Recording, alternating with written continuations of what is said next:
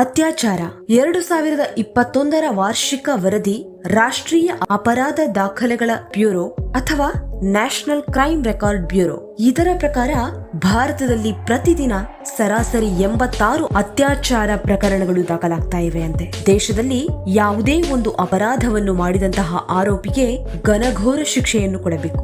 ಎಲ್ಲಾ ಅಪರಾಧಗಳಿಗಲ್ಲದಿದ್ರೂ ಕೊಲೆ, ಅತ್ಯಾಚಾರ ಇಂತಹ ಅಪರಾಧಗಳಿಗೆ ಕೊಡುವಂತಹ ಶಿಕ್ಷೆಯನ್ನು ನೋಡಿ ಮತ್ತೊಬ್ಬರು ಆ ತಪ್ಪನ್ನು ಮಾಡಬೇಕು ಅಂತ ನೆನೆಸಿಕೊಂಡಾಗಲೂ ಮೈನಡುಕ ಉಂಟಾಗಬೇಕು. ಇದರಿಂದ ಅಂತಹ ಕ್ರೂರ ಮೃಗಗಳು ಬದಲಾಗದಿದ್ರೂ ಭಯಕ್ಕಾದ್ರೂ ತಪ್ಪನ್ನು ಮಾಡಲು ಹಿಂಜರಿತಾರೆ. ಇದರ ಸಂಬಂಧ ಅತ್ಯಾಚಾರ ಪ್ರಕರಣಗಳಿಗೆ ಯಾವ ದೇಶದಲ್ಲಿ ಯಾವ ರೀತಿಯ ಶಿಕ್ಷೆಗಳನ್ನ ಕೊಡ್ತಾರೆ ಅನ್ನೋದನ್ನ ತಿಳ್ಕೊಳ್ಳೋಣ ಬನ್ನಿ. ನಮಸ್ತೆ ಎಲ್ಲರಿಗೂ, welcome back to my channel detox Kannada. ಮೊದಲು ಪಾಕಿಸ್ತಾನದಲ್ಲಿ ಒಬ್ಬ ಅತ್ಯಾಚಾರಿ ಅಥವಾ ಗ್ಯಾಂಗ್ ರೇಪಿಸ್ಟ್ ಗಳಾಗಿರಬಹುದು ಅಥವಾ ಮಕ್ಕಳಿಗೆ ಕಿರುಕುಳ ನೀಡೋದಾಗಿರಬಹುದು, ಹೀಗೆ ಯಾವುದೇ ಕೇಸ್ ಆದ್ರೂ ಸಹ ಅಲ್ಲಿ ಜೈಲು ಶಿಕ್ಷೆ ಇರೋದಿಲ್ಲ. ನೇರವಾಗಿ ಮರಣ ದಂಡನೆಯೇ ಅಲ್ಲಿನ ಶಿಕ್ಷೆಯಾಗಿರುತ್ತೆ. ಅಫ್ಘಾನಿಸ್ತಾನ್ನಲ್ಲಿ ಯಾವನೇ ಒಬ್ಬ ವ್ಯಕ್ತಿ ತಪ್ಪು ಮಾಡಿದ್ದಾನೆ ಅಂತ ತಿಳಿದ 4 ದಿನಗಳಲ್ಲಿ ಆ ಕೇಸಿನ ವಿಚಾರಣೆಯನ್ನು ಮುಗಿಸಿ ಅವನನ್ನ ನೇಣಿಗೆ ಏರಿಸ್ತಾರೆ ಅಥವಾ ಅವನ ತಲೆಗೆ ಶೂಟ್ ಮಾಡಿ ಬಿಸಾಕ್ತಾರೆ. ಯುಎಸ್ಎ ಅಲ್ಲಿ ಅಂತ ದೊಡ್ಡ ದಂಡನೆ ಇರೋ ಹಾಗೆ ಕಾಣೋದಿಲ್ಲ. ಯಾವುದೇ ಒಬ್ಬ ರೇಪ್ ಅಕ್ಯೂಸ್ಡ್ಗೆ ಅಲ್ಲಿ 7 ವರ್ಷಗಳಿಂದ 15 ವರ್ಷಗಳವರೆಗೆ ಸೆರೆಮನೆ ವಾಸ ಇರುತ್ತೆ. ತುಂಬಾ ದೊಡ್ಡ ಮಟ್ಟದ ಕೇಸ್ ಆದಲ್ಲಿ ಜೀವಾವಧಿ ಶಿಕ್ಷೆಯನ್ನ ಕೊಡಬಹುದು. ಕೆನಡಾದಲ್ಲಿಯೂ ಯುಎಸ್ಎದಲ್ಲಿ ಇರೋ ಹಾಗೆ ಒಬ್ಬ ರೇಪ್ ಅಕ್ಯೂಸ್ಡ್ ಅಂತ ಪ್ರೂವ್ ಆದ್ರೆ 1 ವರ್ಷದಿಂದ 14 ವರ್ಷದವರೆಗೆ ಸೆರೆಮನೆ ವಾಸವನ್ನ ವಿಧಿಸಬಹುದು.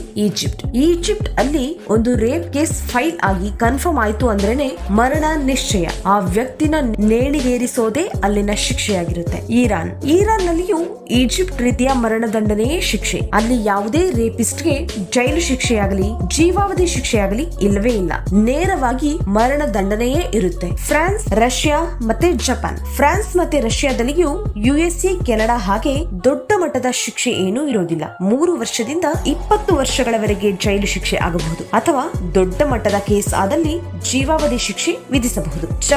ಜಪಾನ್ ನಲ್ಲಿ ರೇಪ್ ಅಕ್ಯೂಸ್ಡ್ಗೆ 20 ವರ್ಷಗಳ ಕಾಲ ಸೆರೆಮನೆ ವಾಸವನ್ನ ವಿಧಿಸ್ತಾರೆ. ಸೌದಿ ಅರೇಬಿಯಾ ಬೇರೆಲ್ಲಾ ದೇಶಗಳಿಗಿಂತಲೂ ನನಗೆ ತುಂಬಾ ಇಷ್ಟವಾದದ್ದು ಸೌದಿ ಅರೇಬಿಯಾದ ಶಿಕ್ಷೆ. ಸೌದಿಯಲ್ಲಿ ಯಾವುದೇ ಒಬ್ಬ ರೇಪ್ ಅಕ್ಯೂಸ್ಡ್ ಆಗಿದ್ದಲ್ಲಿ ಅಥವಾ ಪರ ಮಹಿಳೆಯನ್ನ ಮುಟ್ಟುವ ಪ್ರಯತ್ನವನ್ನಾಗಲಿ ಮಾಡಿದ್ರೆ ಅವನನ್ನ ನೇರವಾಗಿ ಎಳೆದುಕೊಂಡು ಬಂದು ಸಾರ್ವಜನಿಕರ ಮಧ್ಯದಲ್ಲಿ ನಿಲ್ಲಿಸಿ ಅವನ ತಲೆಯನ್ನ ಕತ್ತರಿಸಿ ಬಿಸಾಕ್ತಾರೆ. ಇಂತಹ ದಂಡನೆಯನ್ನ ನಮ್ಮ ದೇಶದಲ್ಲಿಯೂ ಜಾರಿಗೆ ತಂದ್ರೆ 100ಕ್ಕೆ 100 ಅಲ್ಲದಿದ್ರೂ 50ರಷ್ಟಾದ್ರೂ ರೇಪ್ ಕೇಸ್ ಗಳನ್ನ ತಡೆಯಬಹುದು ಅನ್ನೋದು ನನ್ನ ಅನಿಸಿಕೆ.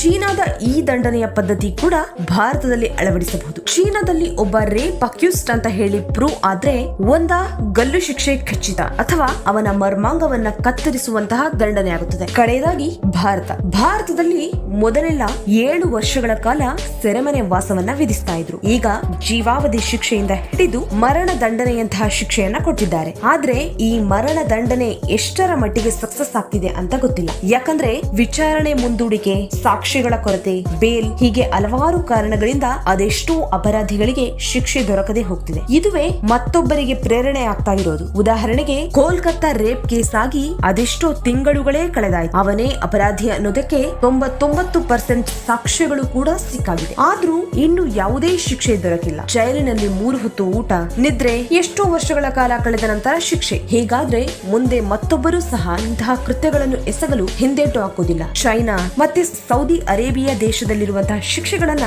ಭಾರತದಲ್ಲಿಯೂ ಅಳವಡಿಸಿದಾಗ ಇಂತಹ ಕೃತ್ಯಗಳಲ್ಲಿ ಕೆಲವೊಂದಷ್ಟು ಪ್ರಮಾಣವನ್ನು ಕಡಿತ ಮಾಡಬಹುದು ಅನ್ನೋದು ನನ್ನ ಅನಿಸಿಕೆ. ಇಂದಿನ ಈ ವಿಡಿಯೋ ನಿಮಗೆ ಇಷ್ಟವಾಗಿದ್ದರೆ ಲೈಕ್ ಮಾಡಿ, ಹಾಗೆ ಶೇರ್ ಮಾಡಿ. ಇಂತಹ ಅನೇಕ ಇಂಟ್ರೆಸ್ಟಿಂಗ್ ಮತ್ತೆ ಇನ್ಫಾರ್ಮೇಟಿವ್ ವಿಡಿಯೋಗಳಿಗಾಗಿ ಚಾನೆಲ್ಗೆ ಸಬ್ಸ್ಕ್ರೈಬ್ ಮಾಡಿ. Thank you.